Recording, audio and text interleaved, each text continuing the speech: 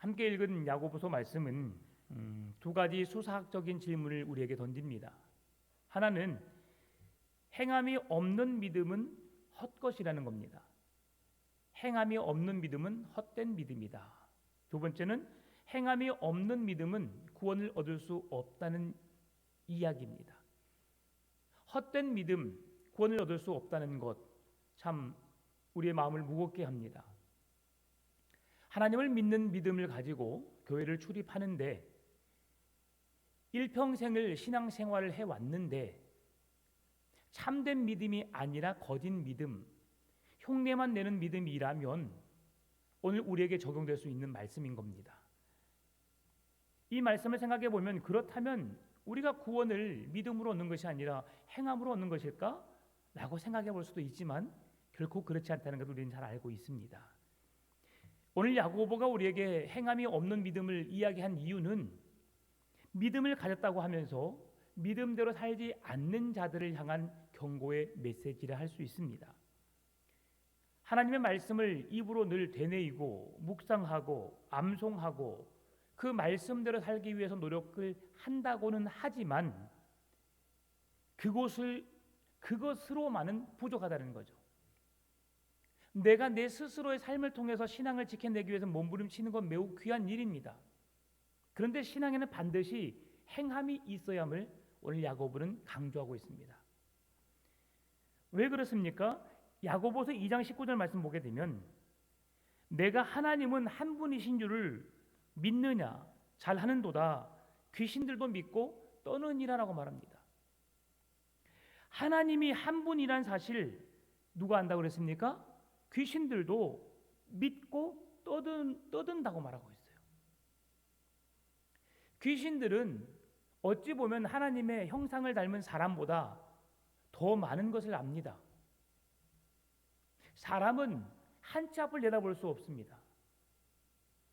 그래서 우리 속담에 10길 물속은 알아도 한 길 사람의 마음속은 모른다는 말이 있는 것처럼 우리는 우리 사람이 무슨 생각을 하고 있는지 어떤 일을 하고 있는지조차도 잘 알지 못합니다.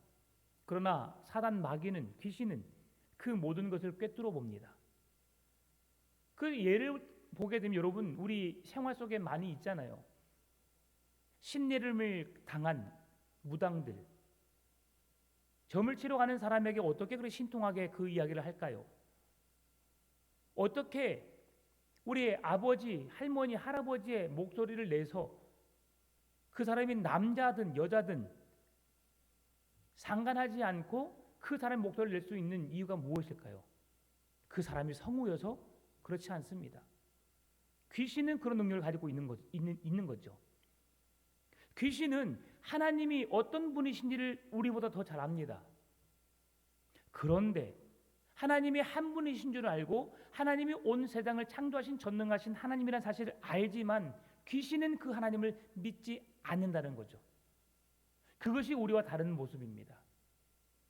하나님의 존재를 안다면 그 두려움 앞에 떨며 그 구원을 이루어 달라고 간구해야 함에도 불구하고 오히려 사단, 마귀, 귀신들은 그 하나님을 대적하고 있는 거죠. 귀신들이 예수님 앞에 두려워 떨었던 이유는 딱 한 가지입니다. 그들을 향한 심판의 두려움 때문이었죠. 하나님이 그들을 심판하신다는 그 권세를 가지고 계신다는 사실을 그들은 알고 있습니다. 그럼에도 그들은 그 하나님 앞에 나가지 않습니다. 오늘 거짓 믿음이 생명이 없는 믿음, 오늘 그 헛된 믿음이 행함이 없는 믿음이 헛된 것이라 구원을 얻을 수 없다는 논리를 야고보가 말하고 있는데요. 그 이유는 그들에게는 진정한 생명이 없기 때문입니다. 생명은 누구로부터 오게 되면 하나님께서 주신 예수 그리스도의 십자가의 은혜를 통해서 주시는 것이고요. 그 은혜를 믿는 자들에게 성령을 통해서 우리 안에 역사하사 하나님께서 주신 영원한 생명의 생명을 우리에게 누리게 하게끔 하나님의 선물로 주시는 겁니다. 그래서 무슨 말씀입니까? 예수 그리스도를 믿는 진실된 믿음을 가진 자라야 영생을 얻을 수 있는 은혜를 누릴 수 있다는 것이죠. 그런데 그 믿음이 생명이 없는 거짓 믿음일 때에, 행함이 없는 공허한 믿음일 때에 하나님은 그 구원의 은혜를 우리에게 줄 수 없음을 말씀해 주는 겁니다. 따라서 믿음은 우리의 손과 발을 통해서 삶을 통해서 드러나야 합니다. 우리가 하루하루를 살아가면서 다른 사람들과 다른 삶을 살아내야 되는 것이죠. 그냥 사람들과 이야기하다 보면 사람들이 저에게 그렇게 말합니다. 혹시 목사님이세요? 라는 말을 종종 듣습니다. 그 사람이 교회를 다니는지 안 다니는지 잘 모르지만 이야기하다 보면 그런 냄새가 풍기는가 봅니다.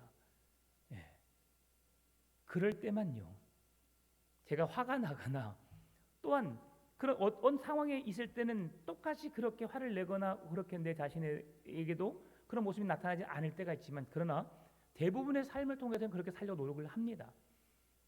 그러니까 그런 모습 보면서 뭔가 달라 보이는 것을 알게 되죠.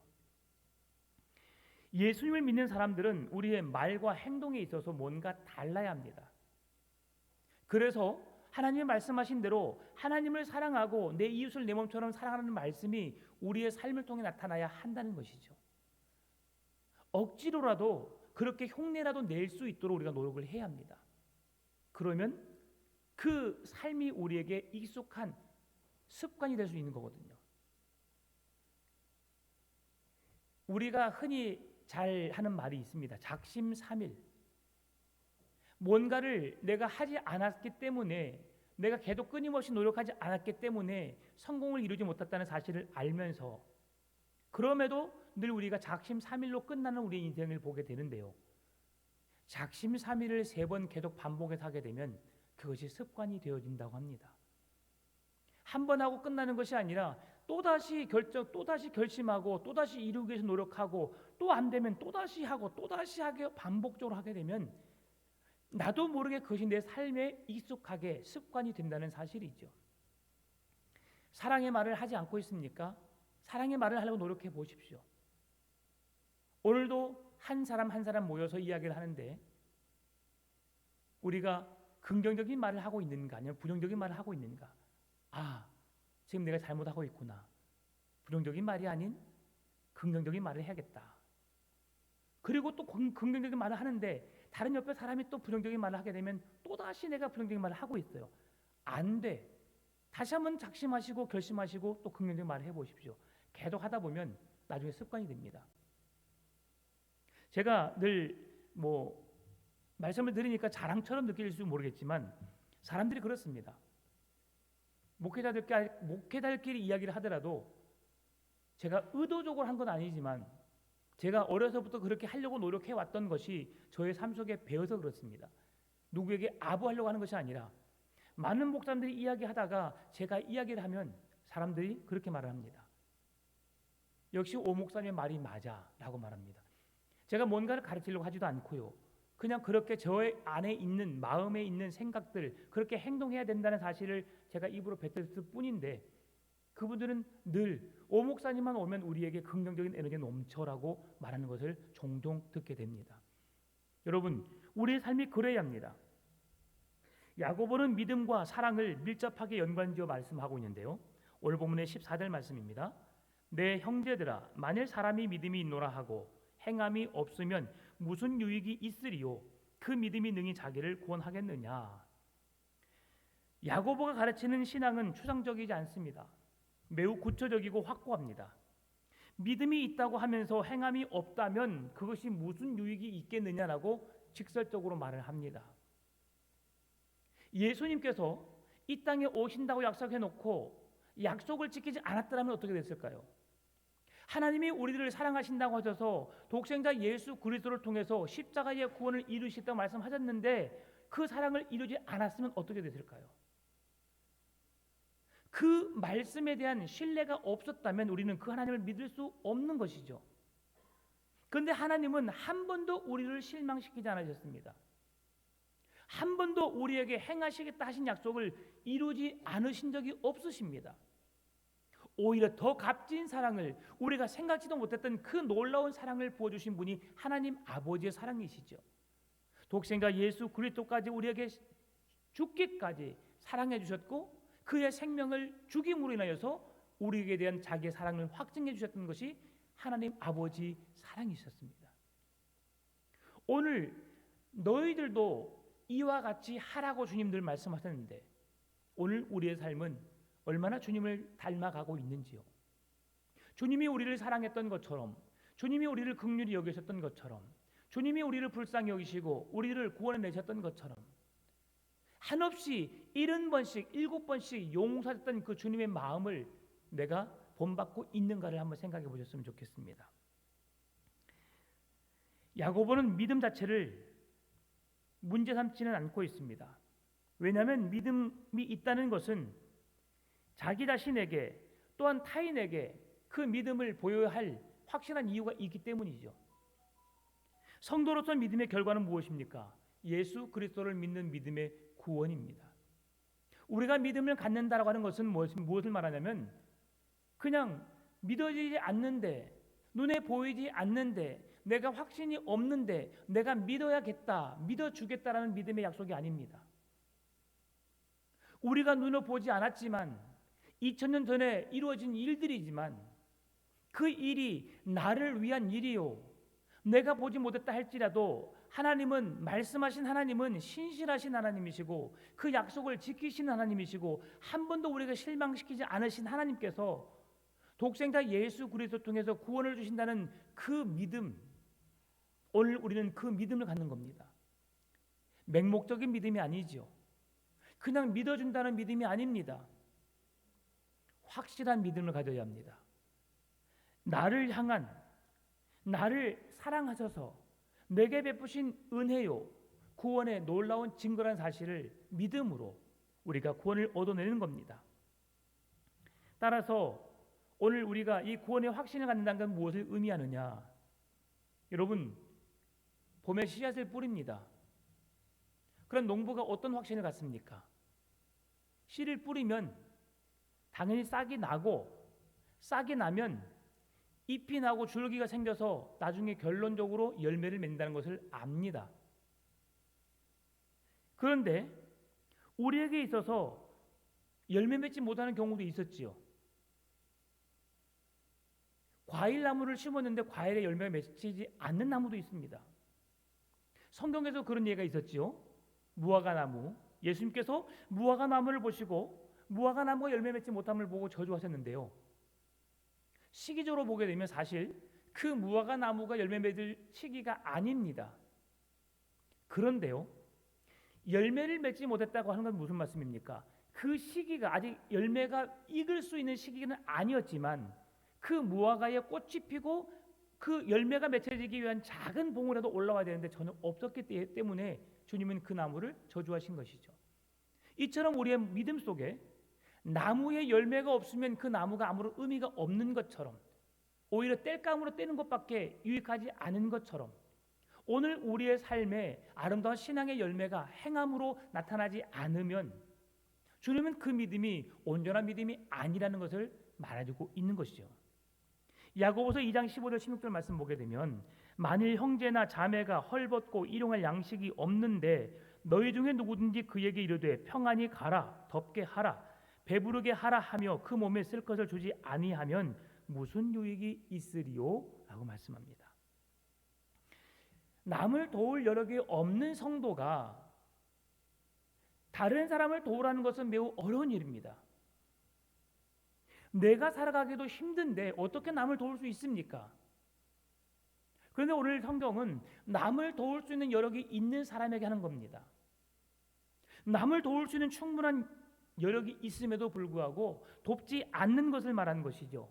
사랑할 수 있는 힘이 있는데도 불구하고 사랑하지 않는 것을 말합니다. 이것은 무슨 말씀입니까? 내 안에 진정성 있는 믿음이 없다는 것을 말씀해주고 있는 거죠. 하나님을 믿는다고 하지만 내 삶을 통해서 나가는 것은 너무 아까워서 할 수 없다는 고백입니다.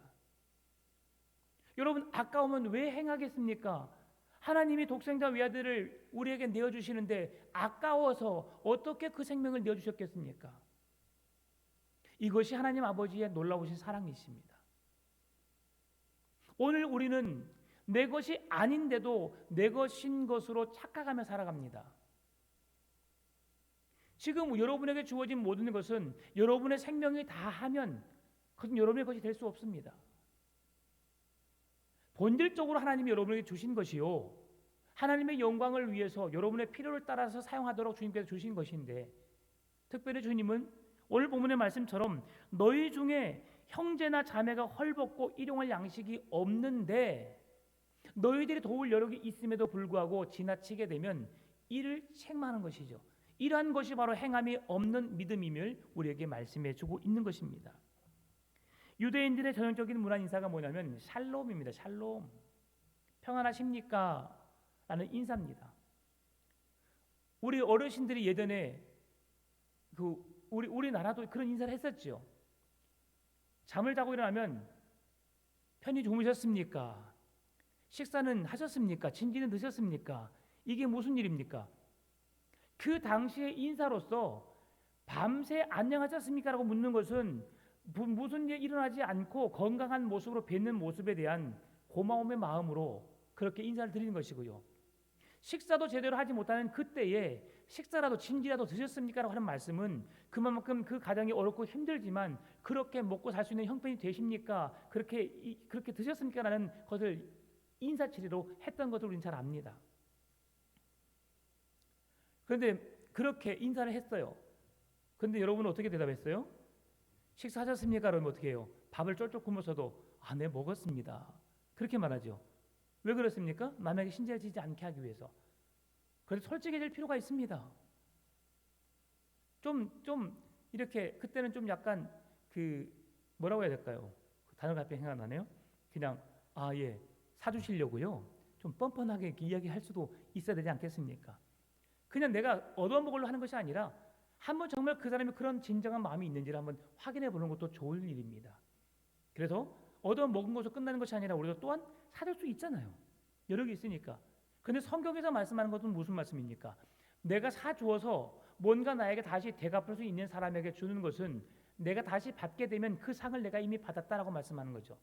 그러나 고아와 과부와 어려운 이들을 돕는 것에 있어서는 내가 그 일을 주의 이름으로 섬기고 봉사하고 헌신하고 그들을 섬겨주면 주님이 그들을 받으셨다고 말씀해 주는 것이죠. 한 청년 찾아왔을 때에 네가 나에게 물 한 그릇 대접했고 나그네를 대접했고 이런저런 말씀하시면서 그것이 나에게 한 것이라고 주님이 말씀하셨습니다. 제가 언제 주님께 이렇게 대접했습니까? 제가 언제 주님을 섬겼습니까? 이렇게 했던 것이 곧 나에게 한 것이라. 무슨 말씀입니까? 예수님의 이름으로 행한 그 모든 일이 주님을 위한 일이라고 주님은 말씀해 주는 것이죠. 따라서 야고보는 궁핍한 사람의 필요를 외면하면서 사랑을 논하는 것이 매우 위선적임을 말씀해 주고 있는 거죠. 오늘 우리가 하나님을 믿는다고 하고 하나님은 사랑이시다 하고 우리가 사랑을 외치는 그런 믿음이 있다고 고백하면서 그 사랑을 실천하지 않는 자들에게 주어지는 메시지인 겁니다. 야고보는 우리의 믿음의 삶에 유익이 있기 위해서는 반드시 행함이 있어야 한다고 말씀하는 겁니다. 여러분, 제가 처음에 믿음으로 살기 위해서 몸부림치는 것, 말씀을 묵상하고 말씀 앞에 서기 위해서 노력하는 것이 의미 없다고 말씀드린 것을 여러분 깊이 생각하셔야 됩니다.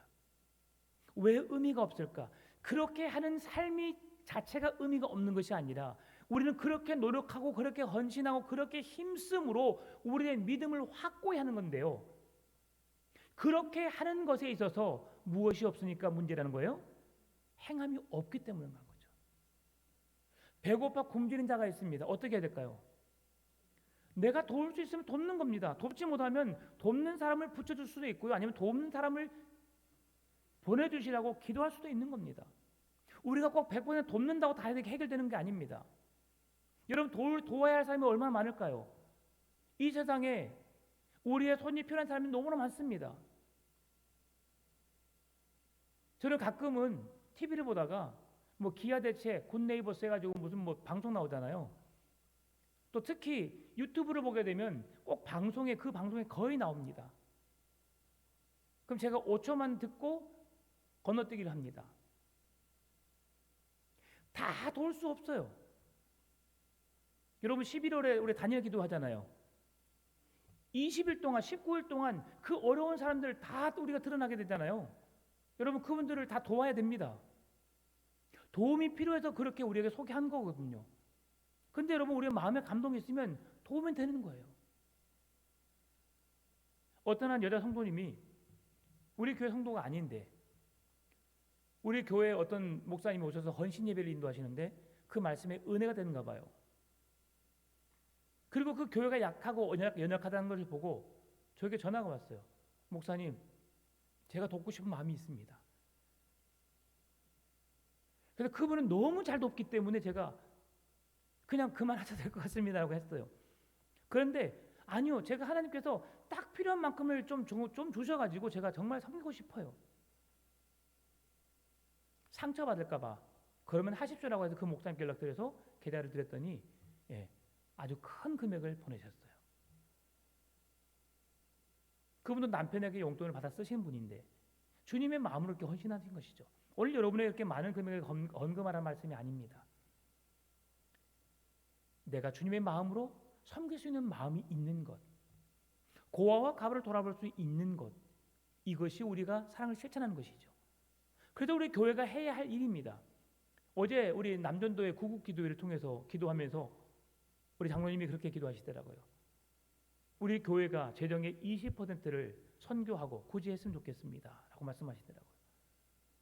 참 감동이 됐습니다. 전주의 안디옥 교회는 60%, 70%까지 재정의 70%를 선교하는 교회였습니다. 지금은 많이 좀 떨어졌긴 했지만요. 전주 온누리교회도 30% 이상을 선교와 구제에 힘쓰는 교회입니다. 우리 교회도 그렇게 되었으면 좋겠습니다. 한 30% 정도까지는 재정으로 선교와 구제하는 일에 그렇게 섬기는 교회가 되었으면 좋겠어요. 왜 그렇습니까? 주님이 기뻐하시기 때문이죠. 내가 한 사람이 여러 사람을 도울 수는 없습니다. 그러나 교회가 정한 사람을 도울 수는 있습니다. 그들의 필요를 위해서 기도하고 여전히 선교사님들은 어렵습니다. 사역을 함에 있어서 많은 일손도 필요하고요. 재정적인 것도 필요합니다. 우리 교회가 도와야 되지 않겠습니까? 오늘 야고보는 3절 15절에서 만일 형제나 자매가 헐벗고라고 말하면서 형제와 자매를 동시다발적으로 이야기합니다. 늘 말씀드리지만 이 당시의 여성의 신분은 위치는 어떻습니까? 사람으로서 인정받지 못하는 사람이었습니다. 그의 남편이 있거나 그의 아버지가 있거나 그의 아들이 있었을 경우에 그 여인은 사람으로 인정받게 되었습니다. 누구에 의해서요? 그 남자에 의해서요. 그런데 오늘 야고보는 그렇게 소외된 한 여인들을 자매에 대한 호칭을 통틀어서 그 여인들에 대한 이미지를 계속 말해주고 있는데요.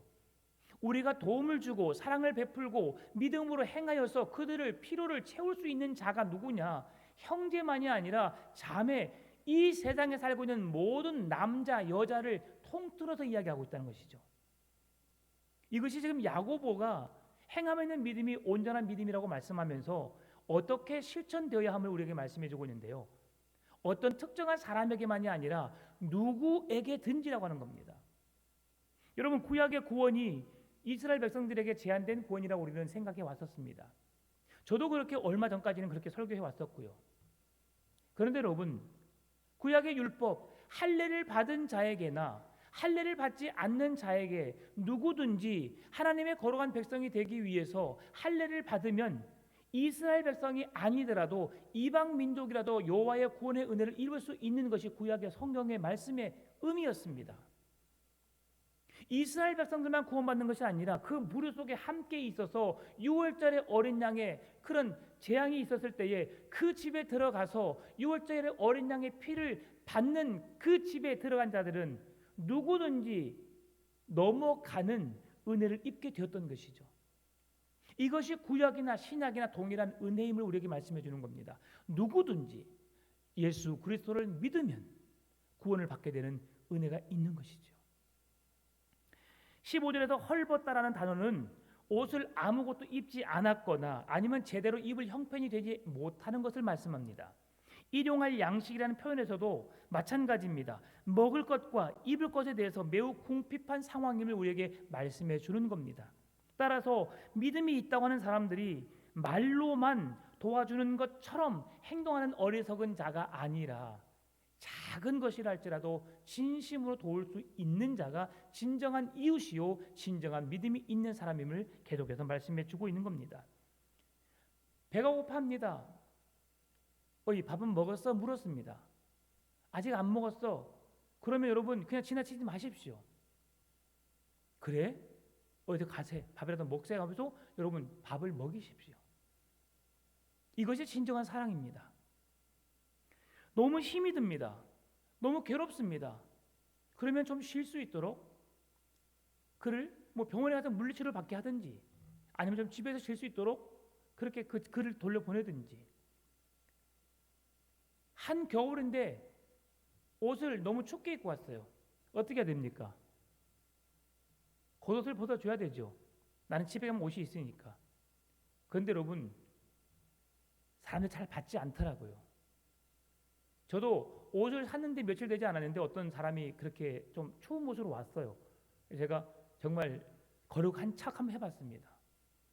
한편 마음에는 진짜 가져가면 어떻게 하지? 하는 마음에서 한번 줘봤어요. 안 가져가더라고요. 여러분 쉽게 가져가지 않습니다. 덥석 받아가는 사람 별로 되지 않습니다. 그래도 흉내만 내는 것이 아니라 여러분 진심으로 비록 내가 다시 살려면 나도 열심히 수고해야 되고 또 노력해서 사야 되지만 그럼에도 주의 말씀에 순종하고 내가 한번 해보자라고 했을 때 하나님은 그렇게 행한 사람에게 더 큰 은혜를 주신다는 것이죠. 그냥 흉내만 내지 말고 진심으로 행하라는 것이죠. 16절에서 평안히 가라라고 하는 말씀은 안녕이라는 말입니다. 현실적으로 아무것도 도와준 것이 없지만 말로만 위로하는 것처럼 행하고 궁핍한 사람을 그냥 돌려보내는 것을 말합니다. 이스라엘 백성들 샬롬이라고 했죠. 샬롬 평안하십니까? 너무 자주 이 말을 하다 보니까 이게 습관이 돼버린 거예요. 그냥 진정한 평안을 묻는 것이 아니라 평안하셨습니까? 그냥 샬롬 이렇게 샬롬 이렇게 하는 거죠. 편히 주무셨습니까? 그냥 진짜 잘 자는지 못 자는지 모르겠지만 편히 주무셨습니까? 라고 인사만 하고 그냥 가버리는 거예요. 그 사람이 나 정말 너무 힘들었습니다. 좀 꿈이 사나웠고요. 가정에 어려움이 있었습니다. 하고 말하고 싶은데 그냥 돌아서 가버리는 거예요. 그럼 아무런 의미가 없다는 것이죠.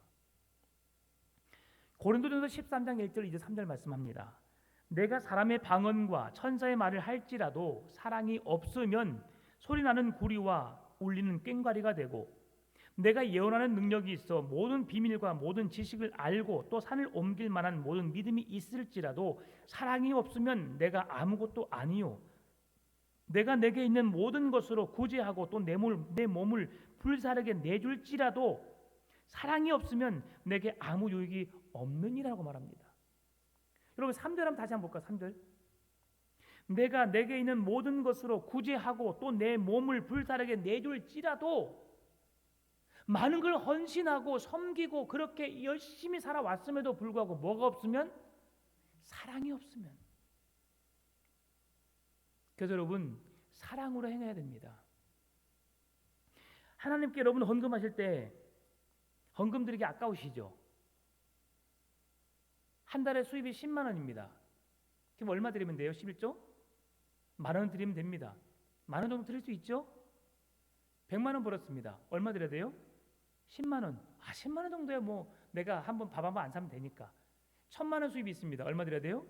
100만 원. 고민되네. 얼마 하지? 네. 근데 1억 원 벌었어. 한 달 수입 1억 원이요. 얼마 드려야 돼요? 이렇게 많이 해야 돼? 주님은 그것을 원하신다기보다 여러분의 마음 중심을 보길 원하시는 거예요.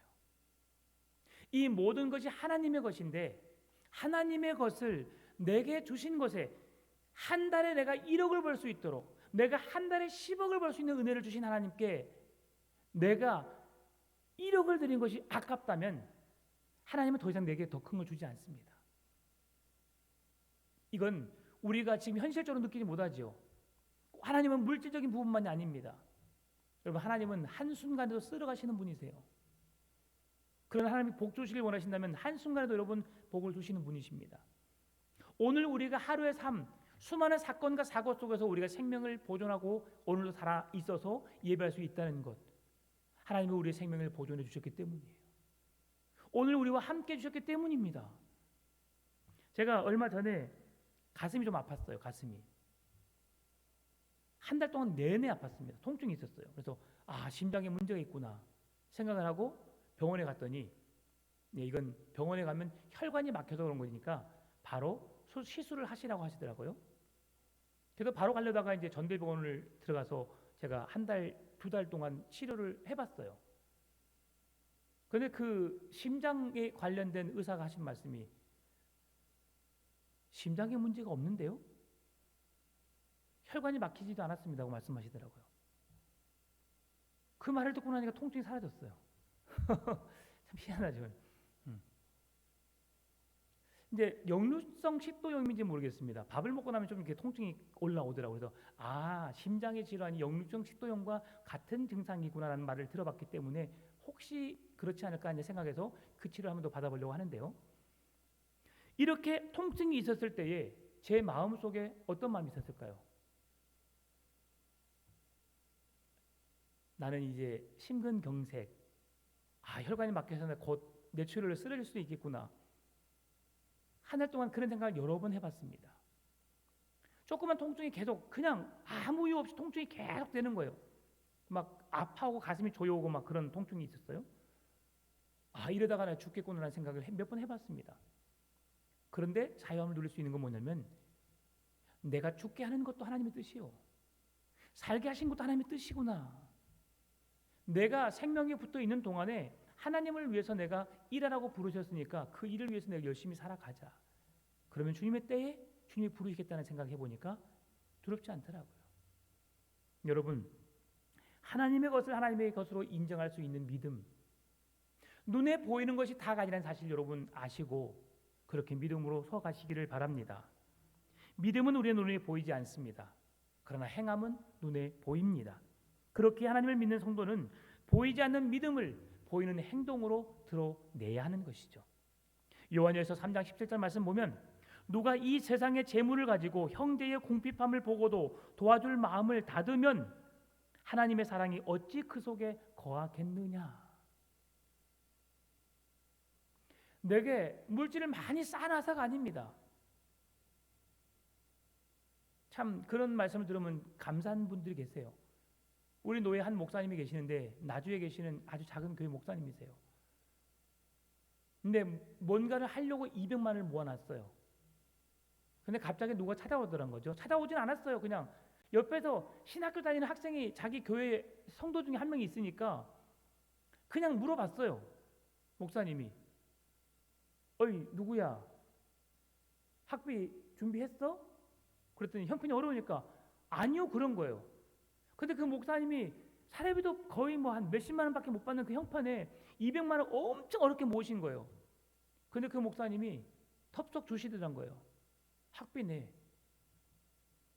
그러니까 평생을 못 잊고 계시더라고요. 그 목사님이. 그 받으신 목사님이 지금도 형편이 넉넉히 않아서 더 큰 사랑을 베풀 수는 없지만 근데 그 받으신 목사님이 늘 많은 사람을 섬기는 목사님이세요. 본인도 받았으니까 그 사랑을 흘려보내는 거죠. 그러니 자기 통장에 쌓일 일이 없죠. 쌓일 일이 없어요. 그분은 생기면 쓰고 생기면 쓰고 생기면 쓰고 그러시더라고요. 여러분 뭐 그게 꼭 좋은 건 아니지만 여러분 우리가 도울 수 있을 때 돕는 믿음이 있어야 된다는 것이죠. 야고보는 오늘 본문에서 2장 17절에 말씀합니다. 이와 같이 행함이 없는 믿음은 그 자체가 죽은 것이라. 행함은 율법의 행위가 아닙니다.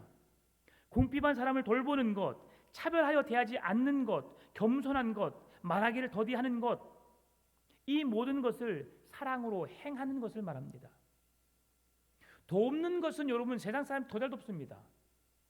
여러분 천주교인들 엄청 잘 돕습니다. 불교인들도 잘 돕습니다. 제일 안 돕는 사람이 누구예요? 기독교인이에요. 사랑이 있다 하면서 사랑을 행해야 한다면서 진정한 정도라고 하면서 기독교인들 제일 야박해요. 여러분 그러라고 여러분 오늘 고민하지 마세요. 뭘 도우라고 하는 것이지? 결코 강요하지는 않습니다. 여러분 혹시 누군가를 도울 일이 생겼을 때 그때에 주님 주신 마음을 실천하시라는 거죠. 날마다 돕는다면 우리는 어떻게 살아가게요? 그러니까 지혜롭게 하시면 됩니다. 늘 마음에 그 마음이 있다 해서 계속 한다는 것은 어렵습니다. 제가 처음에 여러분 교회에 와서 말씀드릴 때 제가 이런 말씀을 드렸어요. 빚에 허덕이는데 11조를 해야 할까요? 제가 그런 설교를 한 적이 있습니다. 제가 뭐라고 말씀드렸어요? 11조 하지 마시라고 제가 말씀드렸습니다. 감사헌금 하지 마시라고 말씀드렸습니다. 헌금하지 말라고 말씀드렸습니다. 왜요? 하나님이 그 예물을 기뻐 받으실까요? 여러분은 빚에 허덕여 굶주려 그렇게 힘들어하고 있는데 하나님이 헌금을 받기 위해서 하나님이 그렇게 여러분에게 헌금 달라 하실까요? 그렇지 않습니다. 그럼에도 정말 주님이 너무 사랑해서 내가 열심히 갚을 수 있는 능력이 있음에 내가 좀 힘들지만 참아내므로 주님을 사랑하는 마음으로 드리겠다는 마음을 드린다면 주님이 혹 받으시겠죠. 그리고 그 더 선하게 그 일들을 행해 가시겠죠. 여러분의 삶의 어려움을 먼저 해결하십시오. 그리고 여러분이 하나님께 드릴 수 있는 남을 섬길 수 있을 때 섬기라는 거예요. 빚을 내서 뭔가를 해서 여러분 부담을 또 안지라는 거 아닙니다. 제가 쉬운 예로 그래서 말씀드렸잖아요. 여러분의 형편이 어려운 걸 뻔히 아는데 부모님께 어머니 사랑합니다, 아버지 사랑합니다, 용돈을 100만 원, 1000만 원 드려보세요. 받으세요, 안 받으세요? 안 받으신다니까요. 우리가 드릴 수 있는 형편이 있을 때 주는 거예요. 그런데 오늘 성경에서 지적하는 것은 드릴 수 있는 형편이 있음에도 불구하고 인색함으로 드리지 않음을 말씀해 주는 것이죠. 거와와 과부를 돌아볼 수 있는 믿음이 있고 그렇게 형편이 있음에도 불구하고 전혀 행하지 않기 때문에 지금 야고보가 그렇게 말하고 있는 겁니다. 마태복음 3장 7절, 8절, 9절 말씀 보면 요한이 많은 바리새인들과 사두개인들이 세례 베푸는 데로 오는 것을 보시고 이르시되 독사의 자식들아 누가 너희를 가르쳐 임박한 진노를 피하라 하더냐. 그러므로 회개에 합당한 열매를 맺고 속으로 아브라함이 우리 조상이라고 생각하지 말라. 내가 너희에게 이르노니 하나님이 능히 이 돌들로도 아브라함의 자손이 되게 하시리라. 바리새인과 사두개인들 이들은 자칭 그들이 율법을 믿음으로 율법이 있음으로 하나님의 거룩한 자녀라는 자칭 그리스도인이라는 자칭 하나님의 백성이라고 하는 그런 고백을 하며 살았습니다. 그런데 외식하는 바리새인 말씀대로 살지 않는 그들 교만한 그들을 향하여서 주님은 너희들이 아브라함의 자손이라고 말하지 말라. 내가 아쉬워서 너희들로 아브라함의 자손이 되게 하신 것이 아니다. 나는 어떤 하나님이냐? 돌들을 명하여서 그 돌들로도 아브라함의 자손이 되게 하실 수 있는 능력을 가진 내가 뭐가 아쉬워서 이렇게 하겠느냐? 행함이 없는 믿음, 거짓된 믿음, 가시적인 믿음, 무늬만 가진 그들 바리새인과 사두개인들을 향한 주님의 진노, 그 주님의 저주였죠. 독사의 자식들아. 예수님을 믿기는 믿지만 그들이 믿음으로 구원을 받는다고 스스로 자칭 생각했지만 하나님은 그들을 자녀로 여기지 않았다는 거죠. 왜? 교만하여서 믿음이 없기 때문에. 본질적으로 행함은 믿음으로 말미암은 변화된 삶을 말합니다. 예수 믿고 내 삶이 달라져야 되죠. 내 언어가 달라져야 되죠. 똑같이 욕을 하고 똑같이 욕심을 부리고 똑같이 남을 저주하고 이런 삶이 아니라 변화되어져야 합니다. 완벽하게 변화될 수는 없습니다. 그러나 조금만이라도 하나씩 변화되기 위해서 우리가 몸부림칠 때 주님이 우리의 삶을 기뻐하신다는 거죠. 오늘 본문의 18절 말씀, 어떤 사람은 말하기를 너는 믿음이 있고 나는 행함이 있으니 행함이 없는 내 믿음을 내게 보이라. 나는 행함으로 내 믿음을 내게 보이리라 하리라라고 말씀하는데요. 행함이 없는 믿음은 증명될 수가 없습니다. 참된 믿음은 우리의 선한 행동을 이끌어가기 때문에 우리는 듣기만 하고 말로만 생생되는 것이 아니라 우리의 삶을 통해 하나님의 살아계심을 드러낼 수 있는 믿음을 갖는 삶을 살아내야 한다는 것이죠. 그 사람이 진정한 믿음이 있고 행함이 있으므로 진정한 하나님의 거룩한 백성됨에 그리스도인이라고 하는 이름에 합당한 삶을 살고 있다는 것을 말씀해 주는 겁니다. 여전히 여러분 중심적인 삶을 살고 계십니다. 그러나 그 중심에 하나님이 우리 여러분의 중심에 서 계시기를 바랍니다. 내 마음의 중심에 주님이 찾아오시고 내 삶을, 내 인생을, 내 가정을, 내 자녀들의 모든 삶을 주관하시고 이끄시는 하나님, 이끄시는 분이 하나님이시기를 바랍니다. 그리고 그 하나님이 걸어가시는 그 길에 함께 동행하시는 삶이 되었으면 좋겠습니다. 내가 가는 길에 내가 중심이 된 삶에 주님 오시라고 초청하는 것이 아니라 주님이 가고 계신 그 길에 내가 함께 걷는 자, 이것이 진정한 주님의 제자의 삶입니다. 하나님께서 어디로 가시겠어요? 예수님께서 가시는 길이 어디겠어요? 천국으로, 본향으로 향하는 길입니다. 우리가 그분의 손잡고 그분과 동행의 삶을 살게 되면 우리는 자동적으로 천국에 이를 수 있는 것이죠. 그러나 내 고집대로, 내가 하고 싶은 대로, 내 욕심대로 살면서 주님을 초청하면 가고 계신 주님을 붙잡는다 할지라도 주님은 내게 오지 않습니다. 우리에게 행함 있는 믿음이 하나의 예를 드리고 말씀 마치겠습니다. 날씨가 매우 좋습니다. 근데 갑자기 비가 오기를 기도했어요. 여러분, 그러면 어떻게 해야 됩니까? 비가 오기를 기도했어요. 여러분, 그럼 뭘 준비해야 되겠어요? 비가 오기를 기도했잖아요. 그럼 오늘 내가 뭘 들고 나가야 돼요? 우산을 들고 나가야 됩니다. 이것이 믿음 있는 행동입니다. 뭘 구했으니까? 비가 오기를 기도했으니까. 우리는 비가 오는 것을 미리 준비해야 되죠. 그게 믿음인 거예요. 믿음. 그 믿음의 결과물이 뭐예요? 우산입니다. 하나님께 내가 뭔가를 하겠다고 기도했습니다. 근데 우리는 그 기도에 대해서 생각하지 않아요. 왜? 나와 상관이 없으니까. 기도할 때만 기도한 것처럼 그렇게 생각하고 우리는 기도를 잊어버려요. 이건 진정한 믿음이 아닙니다. 여러분이 뭘 구했는지, 주님께 내가 원하는 것을 구했다면 그걸 받기 위해서 여러분 기다려야 되지 않겠습니까? 주님이 주시려고 또 준비했는데 그거 제 거 아닌데요? 주님이 주시면 이런 걸 왜 주세요? 놀란다면 그것은 믿음으로 구한 기도가 아니겠죠. 하나님은 여러분의 필요를 따라서 기도하기를 원하십니다. 그 필요한 것이 무엇인지 주님은 알고 계시지만 여러분의 입술을 열어 기도하기를 원하십니다. 너는 내게 부르짖으라. 내가 너에게 응답하겠고 네가 알지 못하는 크고 은밀한 일을 너에게 보여주리라 라고 말씀하십니다. 살아가면서 말만으로 멈춘다면 우리의 진정은 온전한 신앙이 될 수 없습니다. 주님께 기도하고 말씀을 묵상하며 우리의 믿음을 키워가는 여러분, 오늘 우리의 삶에 진정한 삶의 실천을 통해서 행함에 있는 믿음을 통해서 주의 뜻을 이루어가시는 여러분 되시기를 바랍니다. 말뿐만이 아닌 언행일치가 되어서 주의 뜻을 온전히 이뤄내는 삶을 살아내시기를 바랍니다. 오늘 하루도 믿음이 있노라 하고 행함이 없는 불신자와 같은 삶을 살아가는 우리의 인생이 아니라 그런 거짓된 믿음에서 떠나 진정한 믿음으로, 행함 있는 믿음으로 고아와 가부를 돌아보며 배고프다는 자에게 먹을 걸 제공하고 춥다고 하는 자에게 입을 걸 제공해주고 그들의 필요를 채울 수 있는 자, 주의 이름으로 행함 있는 믿음을 온전히 보일 수 있는 입증하는 믿음으로 살아가는 여러분 되시기를 주의 이름으로 축원합니다.